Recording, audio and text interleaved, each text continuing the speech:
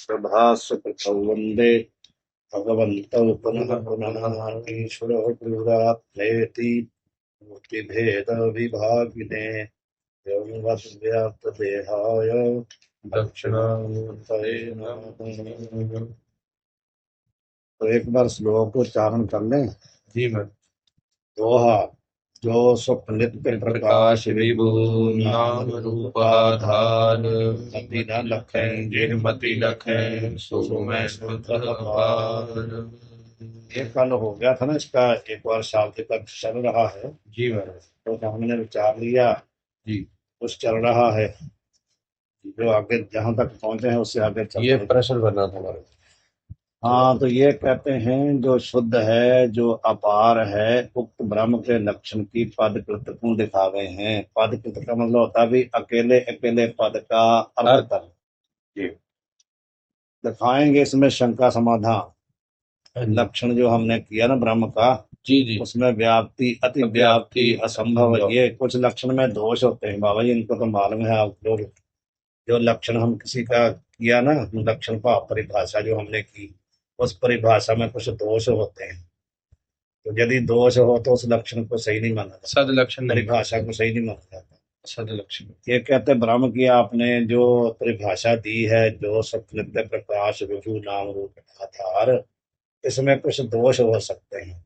एक दोष होता है अव्याप्ति, अति होता है अति व्याप्ति, तीसरा होता है असंभव। तीन दोष होते हैं।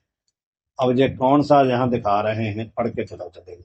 ये प्रश्न किया कि आपने कहा जो शुद्ध है, जो अपार है, वो ब्रह्म है, ऐसा ही कहा ना? जी ऐसा कहा।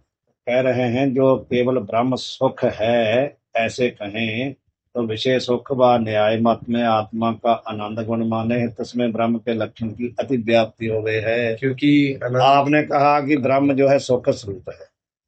कहते सुख तो विषय का भी होता है कि नहीं, विषय से भी सुख मिलता है कि नहीं? तो जब आप ब्रह्म सुख स्वरूप आपने कह दिया, तो आप ब्रह्म के लक्षण की जो है, वो ब्रह्म का लक्षण आपने ब्रह्म का किया, चले जा विषय सुख ने, विषय सुख, तो विषय सुख भी ब्रह्म हो जाएगा फिर जी। विषय सुख भी ब्रह्म जाएगा, सुख स्वरूप कह दिया, सुख का तो सुख ही है, भले विषय का हो तो भले आत्मा का हो, तो कैसे उसमें लक्षण आपका ब्रह्म का किया था, चला गया विषय सुख में, तो लक्षण आपका सही नहीं है। दूसरी बात है कि जो न्याय मत वाले हैं ना, वो आत्मा का आनंद गुण मानते हैं, वो आत्मा के भी कुछ गुण मानते हैं। जो वेदांती हैं वो आत्मा को आनंद स्वरूप मानते हैं। जो न्याय वाले हैं वो आनंद को आत्मा का गुण मानते हैं। वो कहते हैं कि आत्मा में आनंद गुण रहता है। वेदांती कहते हैं वो गुण नहीं है, वो आत्मा का स्वरूप है। तो कह रहे हैं कि आत्मा का जो आनंद गुण माना ना उन्होंने, तो इसमें ब्रह्म के लक्षण की अति, आनंद का अर्थ है सुख। आनंद का अर्थ क्या है? सुख, सुख स्वरूप जो आनंद स्वरूप। तो कह रहे हैं भी आपका जो लक्षण है वो तो उस आनंद में चला जाएगा जो आत्मा का गुण माना उन्होंने। दो जगह लक्षण चला जाएगा, एक तो विषय सुख में, एक न्याय मत में जो आत्मा का आनंद गुण माना उसमें चला जाएगा जी। तो तिसके निवारणार्थ ब्रह्म के लक्षण में सुख के साथ नित्य कहया है। आप ध्यान अच्छी तरह दो, आप इधर उधर मत देखो, नहीं तो आपके समझ में कुछ नहीं आएगा। बात में नहीं आया, समझ में नहीं आया, कान इधर होने चाहिए। दो जगह लक्षण जो है जा रहा है, तो उसको हटाने के लिए क्या कहा? नित्य का, नित्य पद दिया। जो विषय सुख होता है वो सुख तो है, लेकिन नित्य नहीं होता, नित्य नहीं, क्षणिक होता है कि नहीं जी। विषय का सुख जब तक रहता है, जब तक विषय हमारे पास है, जब विषय हट जाएगा तो सुख भी समाप्त हो जाएगा जी। तो जो हमने लक्षण किया नित्य सुख का किया है, साथ में नित्य पद दे दिया ना जी। जो सुख स्वरूप भी है, नित्य भी है, वो सुख नित्य के लिए है। जब नित्य पद दे दिया तो विषय सुख में भी लक्षण नहीं जाएगा, तो जो न्याय के अनुसार आत्मा का गुण है आनंद, वो तब तक रहे जब तक आत्मा है। आत्मा को नित्य मानते नहीं वो लोग, नहीं तो नित्य नहीं मानते आप। वेदांती तो मानते हैं, न्याय वाले आत्मा को पैदा होने वाला, नष्ट होने वाला मानते हैं, इसलिए उसमें भी लक्षण नहीं जाएगा।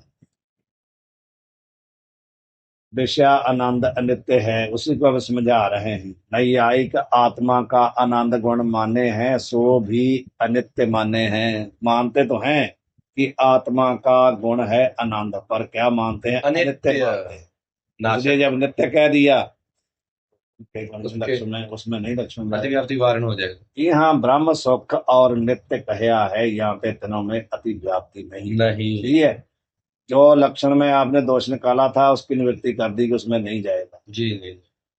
अब तीन लक्षण से अति व्याप्ति अव्याप्ति अति व्याप्ति असंभव है। लक्ष्य देशावृत्तित्वम् अतिव्याप्ति दोषस्य लक्ष्य लक्ष्य वृत्तित्वे सति लक्ष्य वृत्तित्वम् अतिव्याप्ति दोषस्य लक्षणम्। अव्याप्ति का क्या है? लक्ष्य वृत्तित्वे न लक्ष्य देशावृत्तित्वम् अव्याप्ति दोषस्य लक्षणम्। अव्याप्ति का ये है भी जो आपने लक्ष्य दिया ना, तो जिस जो कर रहे हैं आप उसके एक ही देश में रहता है, पूरे में नहीं रहता है। यदि वो पूरे में घटे तब तो माने, यदि एक ही आपने ऐसा लक्षण किया कि उसके किसी का भी आपने परिभाषा डेफिनेशन बताई कि ये ऐसा है, तो जो आपने डेफिनेशन उसकी जो निशानी बताई है उसके एक जगह तो है, पूरे में नहीं है, तो फिर घटेगा नहीं ना, वो लक्षण पूरा नहीं आया उसमें, उसके एक जगह तो है, पूरे में नहीं है। दूसरा है अतिव्याप्ति। अतिव्याप्ति का ये होता है कि जो आपने लक्षण किया है तो जिसका आपने निशानी बताई उसमें रहता है, दूसरे में भी रहता है। जैसे आपने कहा भी सींग वाला जो है उस सींग वाली को गाय कहते हैं, तो सींग लक्षण आपने किया, तो सींग तो भैंस का भी है, बकरी का भी है। आपने कहा सींग वाली को गाय कहते हैं, तो सींग वाली भैंस भी है और भी पशु है ना, तो लक्षण ऐसा नहीं कह यहाँ भी रह रहा है और दूसरी जगह भी रह रहा है। कुछ गुण जो सामान्य है नहीं, उसका वही ऐसा गुण से नहीं लेना देना। नहीं, जो निशानी आपने बताई सींग की निशानी बताई, तो उसका गाय का निशानी क्या है? सींग वाली जो होती गाय होती है, जो लक्षण है वो सामान्य है, वो लक्षण दूसरे में चला गया, एक में नहीं, साधारण लक्षण है, सब में घट जाता है, इसलिए अतिव्याप्ति दोष हो गया। तो कोई भी लक्षण। और तीसरा होता है असंभव, जो आपने लक्षण किया वो उसमें कहीं है ही नहीं, जो निशानी आपने बताई। मनुष्य से लक्षण मनुष्य के आपने कह दिया कि सिंहवत्तम मनुष्य से लक्षण। नहीं, ये नहीं बात ये है भी, आपने कहा भी एक खुर वाले को गाय कहते हैं, एक खुर वाले को गाय कहते हैं। हिंदी बोल रहे हैं, संस्कृत नहीं बोल रहे हैं। संस्कृत में कहते हैं एक सफवत्वम गायत्वम, भाव उसका मतलब ये है कि एक खुर वाले को गाय कहते हैं। एक खुर का मतलब होता है जिसका खुर ऐसे कटा ना हो, ऐसे एक जैसा हो, बोला। गाय का ऐसा होता नहीं है, गाय का नहीं ऐसा होता। एक खुर होता है गधे का, उसका कटा नहीं होता। गाय का जो है बीच में कटा होता है। तो आपने लक्षण जो किया था उसके कहीं भी घटा ही नहीं है, असंभव है भी, है ही नहीं वो दोष, वो लक्षण है ही नहीं। ये तीन दोष होते हैं, इन्होंने यहाँ तीन नहीं दिखाए, एक ही दिखाया कि आपने कहा था जो सुख है वो ब्रह्म है, तो जो सुख है वो तो विषय में भी है, इसलिए लक्षण ब्रह्म में चला गया, विषय सुख में भी चला गया। कहा था ना पीछे कहा था ना, जो सुख स्वरूप है वो ब्रह्म है, हाँ हो जाए। नित्य शब्द दिया है, तो नित्य कहने से ब्रह्म जो है वो सुख स्वरूप है, भाव नित्य है। जो विषय का सुख है वो नित्य नहीं, तो उसको हटा दिया। तो जो न्याय वाले हैं वो कहते हैं भी पहले आत्मा पैदा होता है, आत्मा के बाद में उसके अंदर आनंद गुण पैदा होता है, तो आनंद का तो ही सुख होता है ना, तो वहां में चला गया। तो कहते हैं कि आओ आत्मा का गुण तो आनंद मानते हैं लेकिन अनित्य मानते हैं, इसलिए हमने नित्य दे दिया। जो सुख नित्य प्रकाश विभू, नित्य देने से दोनों जगह अति व्याप्ति नहीं होगी। अब कहते हैं जो केवल ब्रह्म नित्य है ऐसे कहें, वो कहते हैं आप सुख स्वरूप मत कहो, आप कहो ब्रह्म, उसको कहते हैं जो नित्य है, ऐसा कह दो, सुख छोड़ दो आप, सुख ना कहो, आप कहो जो नित्य है उसको ब्रह्म कहते हैं। जैसे यदि कहते हैं ऐसा ही कहते हो तो न्याय मत में आकाश काल आदि नित्य माने हैं उन्होंने। पांच तत्व, पांच ऐसी चीजें जिनको नित्य मानते हैं, आकाश है, आत्मा है और मन है। इन पांच लोगों को, पांच चीजों को नित्य मानते हैं न्याय वाले, तो कहते हैं आपका लक्षण वहां चला जाए। यदि आप कहो भी जो नित्य है उसी को ब्रह्म कहते हैं, तो जिन जिन चीजों को उन्होंने नित्य माना है उसमें घट जाएगा, चला जाएगा, अतिव्याप्ति हो जाएगा। तो कह रहे हैं भी तिन में अतिव्याप्ति हो गए है, तिन के निवारणार्थ ब्रह्म के लक्षण में नित्य के साथ प्रकाश गया है। हमने प्रकाश लगा दिया साथ में, सुख स्वरूप भी है, नित्य भी है, प्रकाश रूप भी है। तो कह रहे हैं कि ऐसा जब हमने कह दिया, उसने प्रकाश शब्द लगा दिया, तो न्यायिक आकाश आधुनिक को नित्य माने हैं, परंतु प्रकाश रूप नहीं मानते। नित्य तो मानते हैं उन चीजों को, लेकिन प्रकाश प्रकाश रूप रूप में नहीं है। जड़ है वो, इसलिए उसमें नहीं जाएगा। नहीं कितना हमारा खोला है देखो, एक एक पद है, इसको कहते हैं पदकृत। ए न्याय की किंतु जड़ माने हैं, वो जड़ मानते हैं उनको। यहाँ ब्रह्म नित्य और प्रकाश कहया है, या ते तन में तिनके मत में अति व्याप्ति नहीं हो सकती। जी नहीं। अब कहते हैं जो केवल ब्रह्म प्रकाश है, ऐसे कहो। एक एक पद को खोलते हैं। आप कहते हैं आप बाकी सब छोड़ दो, आप कहो जो प्रकाश प्रकाश रूप है उसको ब्रह्म कहते हैं, इतना कहो आप, बाकी छोड़ दो। तो कह रहे ऐसा कहो तो सूर्य आदि के प्रकाश में अति व्याप्ति हो गए है। वो है। प्रकाश रूप तो सूर्य भी है, प्रकाश भी। चंद्रमा भी है, अग्नि भी है, अति उसमें चला व्याप्ति। जाएगा। अथवा न्याय मत में आत्मा का ज्ञान गुण माने हैं, तो में अति व्याप्ति हो जाएगी। हो जाएगा। ज्ञान का अर्थ होता है ना प्रकाश, जी जी। और न्याय वाले कहते हैं भी आत्मा में एक ज्ञान गुण भी है, वो भी प्रकाश है, इसलिए उसमें चली जाएगी। एक तो सूर्य आदि में चले जाएगा, चलेगा। दूसरा उनके मत में जो ज्ञान माना है उसमें चला जाएगा। तो कह रहे हैं वहां क्षणिक विज्ञानवादी के मत में आत्मा का क्षणिक विज्ञान रूप माने हैं, तन में अति व्याप्ति होवे। जो न्याय वाले कई प्रकार के हैं ना, जी कई दो न्याय है। है, कई न्याय है, क्षणिक विज्ञानवादी है, जी। विज्ञानवादी है, ऐसे उनके मत अलग अलग है। जी। तो कह रहे हैं भी जो क्षणिक का मतलब होता है जो थोड़ी देर के लिए, क्षणिक कहते हैं थोड़ी देर के हाँ लिए। जी। उनका एक मत है जो क्षणिक मानते हैं, वो कहते हैं जो ज्ञान है ना, वो मानो एक सेकंड में पैदा हुआ, दूसरे सेकंड में रहता है, तीसरे सेकंड में खत्म हो जाता है। वो संसार को ऐसा मानते हैं, हर एक चीज को ऐसा मानते हैं भी एक क्षण में पैदा होती है, दूसरी क्षण में रहती है, तीसरे क्षण में नष्ट हो जाती है, तो ऐसा मानते हैं। तो कहते हैं क्षणिक विज्ञानवादी के जो है ना, आत्मा का क्षणिक विज्ञान रूप माने, वो आत्मा को मानते हैं कि आत्मा अभी पैदा हुई, दूसरे सेकंड में रही, तीसरे सेकंड में खत्म हो गई, तो कहते हैं उसमें चला जाएगा। तन में अति व्याप्ति हो गए है।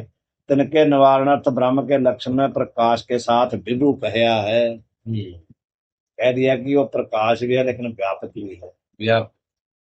तो सूर्य आदि के प्रकाश रूप तो है लेकिन व्यापक नहीं है। तो जो क्षणिक विज्ञानवादी आत्मा को नित्य मानते हैं, वो आत्मा को व्यापक नहीं मानते ना। सूर्य आदि के व्यापक नहीं है, किंतु परिच्छिन्न है। परिच्छिन्न होता है थोड़ी देर में रहना, देश काल वस्तु से जिसको बांध सकते हैं। और नैयायिक आत्मा के ज्ञान गुण को व्यापक नहीं माने हैं, किंतु परिच्छिन्न माने हैं। वो ज्ञान को मानते तो हैं लेकिन परिच्छिन्न मानते हैं, उसको व्यापक नहीं मानते, इसलिए उसमें भी नहीं गई। तो ऐसे क्षणिक विज्ञानवादी क्षणिक विज्ञान को व्यापक नहीं माने हैं, किंतु परिच्छिन्न। ये दो मत दिखा दिए ना न्याय के। एक तो जो ज्ञान को गुण मानते हैं, एक वो मत है, उनको हटा दिया कि उसको व्यापक नहीं मानते। ऐसे ही जो उनका दूसरा मत है, जो आत्मा को क्षणिक मानते हैं, जो ज्ञानवादी हैं, उनको बोल देते हैं क्षणिक विज्ञानवादी। उनके मत में भी नहीं गई, क्योंकि उनको नित्य नहीं, उनको नहीं मानते, व्यापक नहीं मानते। यहाँ ब्रह्म प्रकाश और विभु कहया है, जहाँ पे तन में अति व्याप्ति नहीं। अब कहते हैं जो केवल ब्रह्म विभु है, इतना ही कहो आप, बाकी छोड़ दो सब। आप कहो जो व्यापक है उसको ब्रह्म कहते हैं, तो फिर कहाँ जाएगा लक्षण आपका। आप बाकी लक्षण छोड़ दो, आप कहो जो व्यापक है उसको ब्रह्म कहते हैं, इतना ही बोलो आप। तो फिर क्यों होगा? ऐसा कहें तो आकाश आदि के लिए व्यापक व्यापक है। आकाश आदि है ना सब जगह। आकाश तो व्यापक है ना, आकाश कमरा चार तत्वों को उसने व्यापक कर रखा है ना अपने अंदर, जी, इसमें चली जाएगी। और न्यायिक प्रभाकर आत्मा को विभु, एक न्याय का एक आचार्य है प्रभाकर, वो कहता है आत्मा व्यापक है, तो कहते हैं उसमें चला जाएगा जी। आत्मा विभु। एक उनका क्षणिक विज्ञानवादी है, एक प्रभाकर है। तो वो प्रभाकर जो मानते, प्रभाकर है जो उनका मत है। सांख्य मत में प्रकृति को व्यापक माने हैं, तन्मयति व्याप्ति। जो सांख्य वाले हैं वो माया, जिसको हम माया कहते हैं, उसको प्रकृति कहते हैं। प्रकृति जिससे संसार पैदा होता है, उस प्रकृति को व्यापक मानते हैं। मानते हैं सांख्य वाले उसको मानते हैं कि प्रकृति व्यापक है। तो तन्मयति व्याप्ति सभी में हो गई। एक तो आकाश आदि में हो जाएगी, एक प्रभाकर के मत में आत्मा में हो जाएगी, और तीसरा सांख्य मत में प्रकृति में हो जाएगी। प्रभाकर जो आचार्य है वो कहता है कि आत्मा व्यापक है, सब जगह रहती आत्मा, वो कहता है जैसे परमात्मा रहता है, उसके आत्मा में चले जाएगी जी। तो जो सांख्य वाले हो कहते हैं प्रकृति व्यापक है जिससे संसार पैदा होता है। प्रकृति को जब माया को हो, वो हाँ, माया का नाम उन्होंने प्रकृति रखा हुआ है, 24 तो कहते हैं प्रकृति जो है वो व्यापक है, उसमें भी चला जाएगा। अब उसमें कैसे हटाएंगे बता रहे हैं। तिसके निवारणार्थ ब्रह्म के लक्षण में विभु के साथ नाम रूप का आधार कहया है। वो व्यापक चीजें तो हैं लेकिन नाम रूप का आधार नहीं है। जो जिनको मानते हैं ना वो नाम रूप का आधार नहीं है। न- आत्मा को इतना बड़ा नहीं मानते हैं ना, वो नाम रूप का आधार नहीं मानते हैं। वो चार्य जो प्रभाकर हैं अब बताएंगे ना, आकाशादिक विभु तो हैं परंतु नाम रूप का आधार नहीं है। पहला तो आकाशाद में हटानी है ना। आकाशादिक नाम रूप को अपने- विभु, आकाशादिक विभु तो हैं लेकिन संपूर्ण ब्रह्मांड का आधार नहीं। संपूर्ण ब्रह्मांड का आधार नहीं है, नाम रूप तो संपूर्ण आ जाता है ना। संपूर्ण है। और दूसरा है न्यायक और प्रभाकर आत्मा को विभु माने हैं परंतु नाम रूप का आधार नहीं माने। वो नहीं मानते कि नाम रूप का आधार है। व्यापक तो मानते हैं लेकिन नाम रूप का आधार नहीं मानते। सांख्य वाले पता क्या कहते हैं, वो कहते हैं एक पुरुष है दूसरी प्रकृति प्रकृति है बस। तो जो प्रकृति का भी आधार हो पुरुष को मानते हैं ना, उसके इसलिए कारण प्रकृति में नहीं जा सकता। प्रकृति सबका आधार नहीं, सबका नहीं। आधार तो उनके पास पुरुष हुआ, पुरुष हुआ ना। प्रकृति तो है नहीं है। इसलिए प्रकृति को विभु तो मानते हैं लेकिन वो नाम रूप नाम रूप आधार नहीं मान सकते। ठीक इसलिए है, उसमें भी नहीं जाएगा। नाम रूप आधार इसलिए पद दिया। अब यही बात है महाराज भी, ये विचार सागर पढ़ने के लिए ये सारे मत पहले पढ़े होने चाहिए। इन्होंने पूरा पूरा वेदांत पूरे शास्त्र पढ़ करके तब विचार सागर बनाया। अब जैसे हमने तो ये सुने सब हमारे को पता है, जी हाँ, और पंजाब वाले को किसी को खोजे पढ़ाओ क्या बताएगा वो? नहीं बता सकता महाराज जी, कि सांख्य का क्या मत है किसका क्या मत है, क्या बताएंगे वो? नहीं बता सकता। ये कहते हैं तिनके निवारणार्थ ब्रह्म के लक्षण में विभु के साथ साथ नाम रूप का आधार क्या, यानी वो मानते नहीं। सांख्य के मत में प्रकृति को व्यापक माने परंतु नाम रूप का आधार नहीं माने। यहाँ ब्रह्म विभु है और नाम रूप का आधार क्या है, जहाँ पे तीनों में अति व्याप्ति नहीं। अब कहते हैं जो केवल ब्रह्म नाम रूप का आधार है, इतना ही बोलो आप, बाकी छोड़ दो सब। आप कहो कि जो नाम रूप का आधार उसको ब्रह्म कहते हैं, बाकी सब छोड़, तो फिर क्या होगा? जो दोहे का अंतवाड़ा है ना, पहला दोहे जो सुख नित्य प्रकाश वो ना, दूसरी जो आदि पंक्ति नाम रूप आधार, उसका पदकृत कर रहे हैं। मती ना लखा जाए मती लखा है, नहीं नाम रूप वो मैं आधार, इसको- नहीं नहीं नाम रूप आधार हाँ, इसको खोल रहे हैं। इतना इसको इतना मैंने थोड़ा और खोलिएगा, नाम रूप का आधार। हाँ हाँ उसी को देखो बोल रहे हैं। न्याय। नाम रूप आधार कहा जाते तन में अति व्याप्ति नहीं।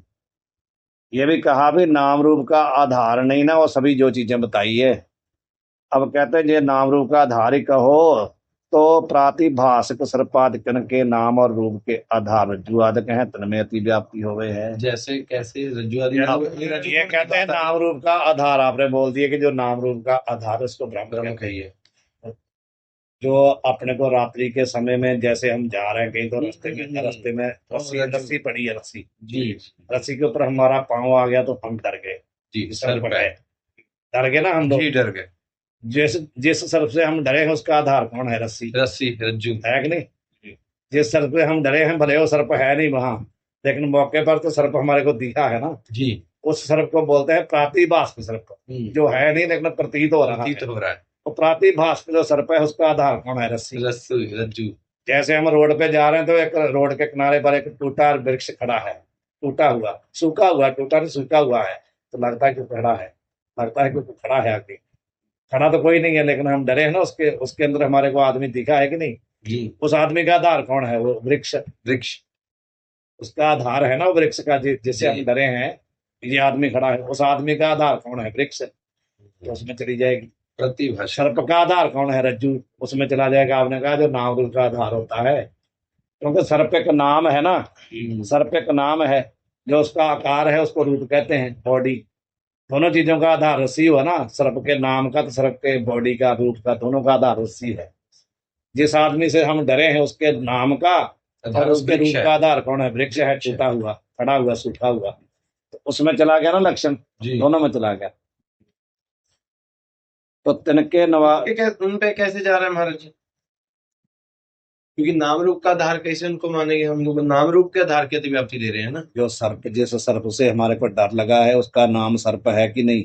अच्छा, नाम रूप भाषित हो रहा है उसमें इस कारण से। नाम उसका सर्प है और जी। उसका जो सर्प है उसका उसका हमारे को आकार रूप। आकार भी दिखा है ना अच्छा। उसमें। रूप का अर्थ है आकार, जी। तो नाम तो उसका सर्प है। ये दोनों का आधार कौन हुआ? रस्सी। अच्छा, रज्जू में चला गया, उसी को ले ये लिया। आकाश आदि है, इसलिए नाम का आधार में मतलब नहीं, अभी तो ये जहाँ आप जा रहे हैं सर्पादकन में चले जाएगा। और जो उनके सर्पादकन से सब ले लेना, जैसे मैंने सर्प का कहा और आदमी का कहा, और भी जहां जहां हमारे को कोई रात को या अंधेरे में हम डरते हैं, ऐसा इसमें कुछ कुछ पढ़ा है, होता है जो जितने भी जिससे भी डरते हैं सब में चला जाएगा। आधार तो है ना वो। हाँ जी है। तो कहते हैं तन में अति व्याप्ति हो, तन के निवारणार्थ ब्रह्म के लक्षण में नाम रूप के आधार के साथ मति ना लखे दी मति लखे, ये कह दिया। जो रज्जू है ना, रज्जू रज्जू नाम रूप का सर्प का आधार तो है, लेकिन उसको तो मति बुझ लेती है। थोड़ी देर में लाइट जगाएंगे तो पता चल जाएगा कि ये रस्सी है। तो मति बुद्धि ने उसको पकड़ लिया ना। तो हमने कहा जो जिसको मति पकड़ ही नहीं सकती, और हमको तो नहीं ना पकड़ सकती, नहीं, रज्जू को तो पकड़ लिया। पकड़ लिया। आपने लाइट जलाई था, आपको पता चल गया, आपकी बुद्धि ने पकड़ लिया भी ये सर्प नहीं, ये तो रज्जू है। वृक्ष को पकड़ लिया, हर एक चीज का। समझ आ गया आपके ना? ये कह दिया भी उसमें अति व्याप्ति ना होवे, हमने कह दिया मति ना लखें जय मति लखें। तो उसको तो मति लख लेती है, समझ लेती है, परमात्मा को नहीं पकड़ सकती। नहीं रखे याद। जोड़ दें। जी महाराज, इतना है। चलो। वाहिगुरु जी का खालसा, वाहिगुरु जी की फतेह।